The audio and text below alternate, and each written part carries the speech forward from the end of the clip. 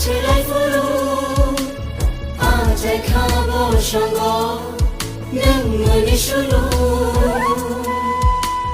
মনিশুলু মনিশুলু মনিশুলু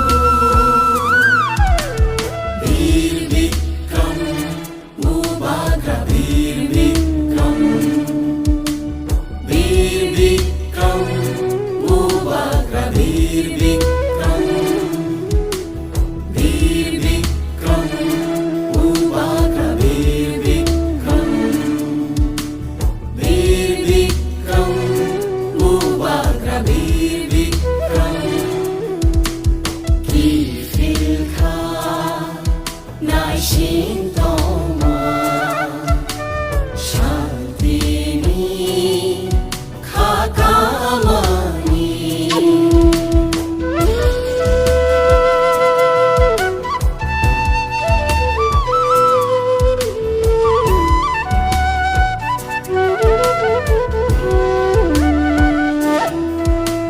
Mekang kerikang, bumung kerikang, tong gerong gerong yani. Mekang kerikang, bumung kerikang, tong gerong gerong yani. Hodano thum shauri, do phano mang biuri. Hodano thum shauri, do phano mang biuri. Boshongko torima. কয়েকদিন অনেকে প্রশ্ন তুলেছেন যে আপনাদের এই greater ত্রিপুরার দাবি তোলার পর ত্রিপুরা রাজ্যের শান্তি শৃঙ্খলার পরিবেশ নষ্ট হবে, ত্রিপুরা এবং ওয়াংসাদের মধ্যে সম্প্রীতি নষ্ট হবে। আমি আপনাদের আশ্বস্ত করে বলছি, ভয় পাওয়ার কিছু নেই।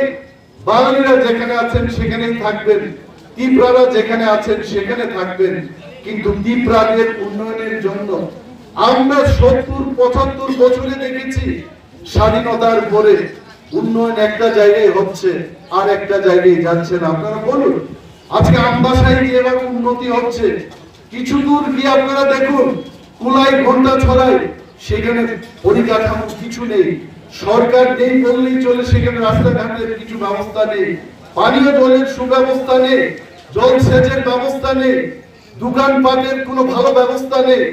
তাহলে এই রাজ্যের মানুষের মধ্যে স্বভাবতই একটা দাবি উঠে আসছে, আমাদের কাছে আমাদের প্রশাসন থাকতে হবে, সেই প্রশাসনের মাধ্যমে আমরা আমাদের জাতিকে উন্নতি করতে চাই। তাতে কি অন্যায় আমাদের আছে? এবং এডিসি এলাকায় যারা আমাদের জেনারেল ভোটার, যারা আমাদেরকে ভোট দেবেন, আমি আপনাদের প্রার্থী হিসেবে আমি বলছি, আপনাদের জন্য উন্নয়নের জন্য যা যা করতে হবে, as a candidate, age N MDC, as a প্রার্থী যা যা করা আমি অবশ্যই করব, সেখানে কোনো ভেদাভেদের বিষয় থাকবে না। আপনারা যাচাই করুন, আপনারা যারা এই গোলাই চাম্পাহাওয়ার কেন্দ্রে নির্বাচনীয় সভাপতি কৃষ্ণ কুমার দেববর্মা মহাশয়, দুলুবাড়ি পর্যন্ত পথসভায় যারা অংশগ্রহণ করেছেন, প্রত্যেককেই আমি সংগ্রামী অভিনন্দন জানিয়ে আমার কিছু বক্তব্য আপনাদের কাছে রাখব। এই এডিসি নির্বাচন আমাদের জন্য অত্যন্ত গুরুত্বপূর্ণ নির্বাচন। এই নির্বাচনে আগামী 5 বছরের জন্য এডিসি এলাকায় যারা বসবাস করছেন তাদের ভবিষ্যৎ কি হবে, তাদের জন্য আমরা কি কাজ করব এবং এই এলাকার উন্নয়নে মানুষের সাথে কাঁধে কাঁধ মিলিয়ে আমরা কোথায় এই রাজ্য এবং এডিসিকে নিয়ে যাব, তার দিশা নির্ধারণ হবে। নিশ্চয়ই আপনারা দেখেছেন 35 বছরের এডিসির যে প্রশাসন, এই প্রশাসনে ত্রিপুরা মথা পার্টি তার কোনো ভূমিকা ছিল না। এই প্রথমবার আমরা নির্বাচনে লড়াই করছি।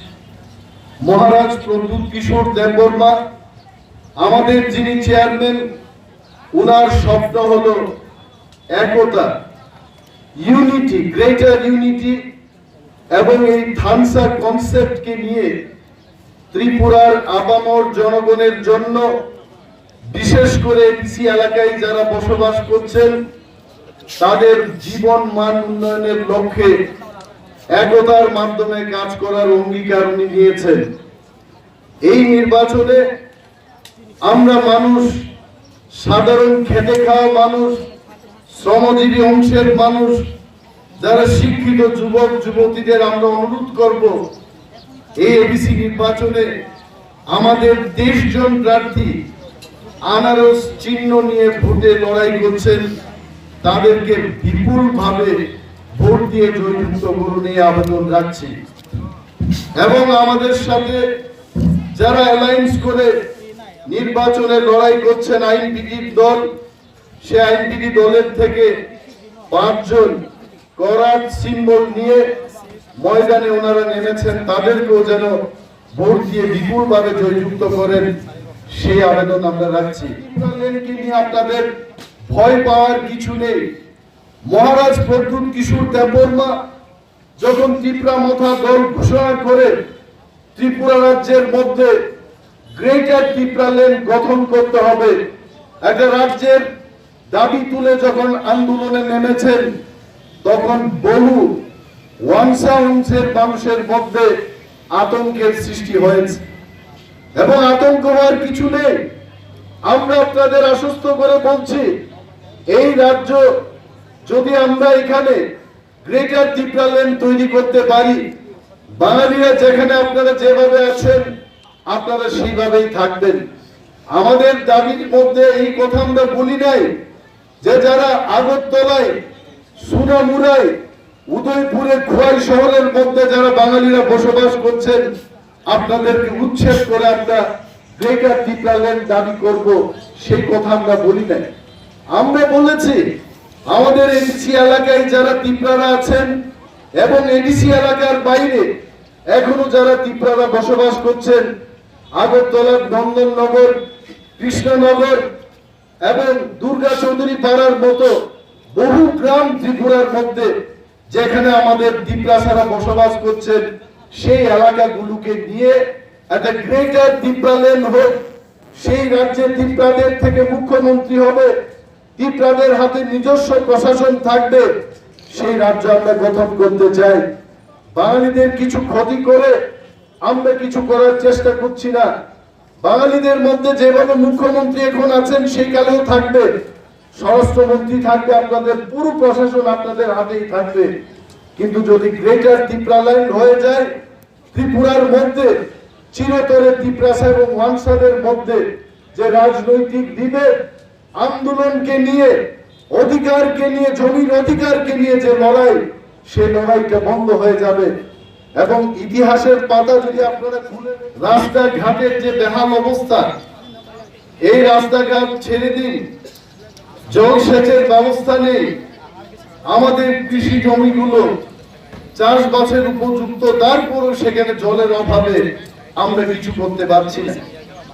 আমরা যখন ক্ষমতায় বসবো, আমরা কৃষি এলাকার আপামর জনগণকে এই আশ্বাস দিতে চাই যে আমরা যদি ক্ষমতায় বসতে পারি, জলসেচের ব্যবস্থা হবে, রাস্তাঘাটের উন্নয়ন হবে, বেকারদের কর্মসংস্থান হবে। 10 বছর সিপিএম এর যে ক্ষমতায়, তারা রাধাচরণ বাবু এবং রঞ্জিত বাবুরা ক্ষমতায় ছিলেন, একজন বেকারের সেখানে চাকরি হয়নি। রাজ্যে যখন বিজেপির সরকার এলো, তখন রাধাচরণ বাবুরা বলছেন যে 8,500 বেকারকে আমরা চাকরি দিতে পারবো। এবং আমরা জিজ্ঞেস করতে চাই, যখন এই রাজ্যে মানিক বাবু মুখ্যমন্ত্রী ছিলেন এবং রাধাচরণ বাবু এডিসি সিএম ছিলেন, তখন কেন সেই বেকার যুবক যুবতীদের জন্য চাকরি দেওয়ার কথা আপনি উল্লেখ করেননি? এইভাবে দিনের পর দিন, বছরের পর বছর আমাদের ত্রিপুরারা আমরা উপেক্ষিত। এই উপেক্ষিত জনগণকে ঐক্যবদ্ধ করে এবার আমরা ত্রিপুরা রাজ্যের এডিসি এলাকায় একটা নতুন ইতিহাস সৃষ্টি করতে চাইব।